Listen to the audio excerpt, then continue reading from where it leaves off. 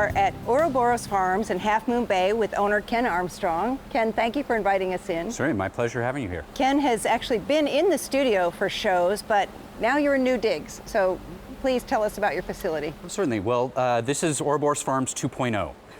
This is the second generation of our farm. We started in Pescadero about almost 3 years ago, and the opportunity came here to expand our operations.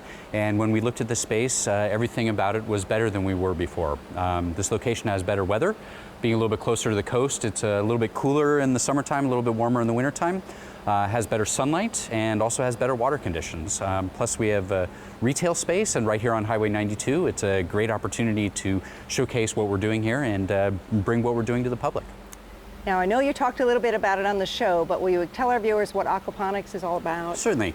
Yeah, aquaponics is the combination of aquaculture, which is the raising of fish or aquatic animals, and hydroponics, which is growing plants in water. So it's a marriage of those two disciplines. So we grow fish in large fish tanks, and that fish waste becomes plant food. The plants clean the water of those elements, and then the cleaned water is returned to the fish tank. So it's a recirculating system where the water is constantly reused, and the plants take what the fish give, and then the plants give back to the fish as well. Now, what are we seeing? These are beautiful. These are beautiful. So these are collard greens.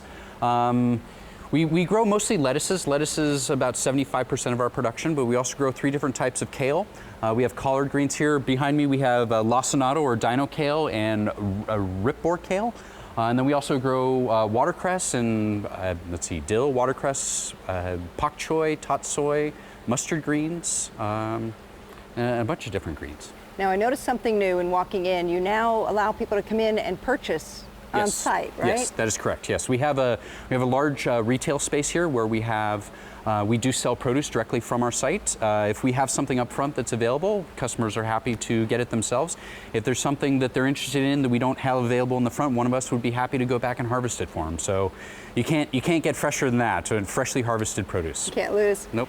And I believe what you told me at one time was that you're willing to deliver to restaurants. If a restaurant sees this and says, wow, that's great produce. Mm-hmm. Yep, we deliver to restaurants. We have 3 restaurant customers here on the coast and a couple in San Mateo, and we also sell through goodeggs.com, which is a local, it's a combination grocery store / farmers market that's based out of San Francisco. Now, I know you do other farmers markets. Mm-hmm. Where else do you sell? We do the College of San Mateo Farmers Market. Seasonally, we're not there right now, but probably in the summertime we'll go back there. And then the San Carlos, the Hot Harvest Nights in San Carlos, when that starts up again. Tell us how the drought is affecting your business. Amazingly, one of the great things about aquaponics is the savvy use of water that it has. So the drought hasn't affected my business at all. This methodology of farming uses 90 to 95% less water than typical soil farms. So the drought hasn't affected my business at all. In fact, it's been beneficial in some way. I never wish harm on any other farmer, but as other farmers are having to really be conscientious about what they can grow and what they can't due to water resources, it doesn't restrict my growing at all. So. Did I see that you're doing lessons of some kind? I know you do tours, and we can come back to that.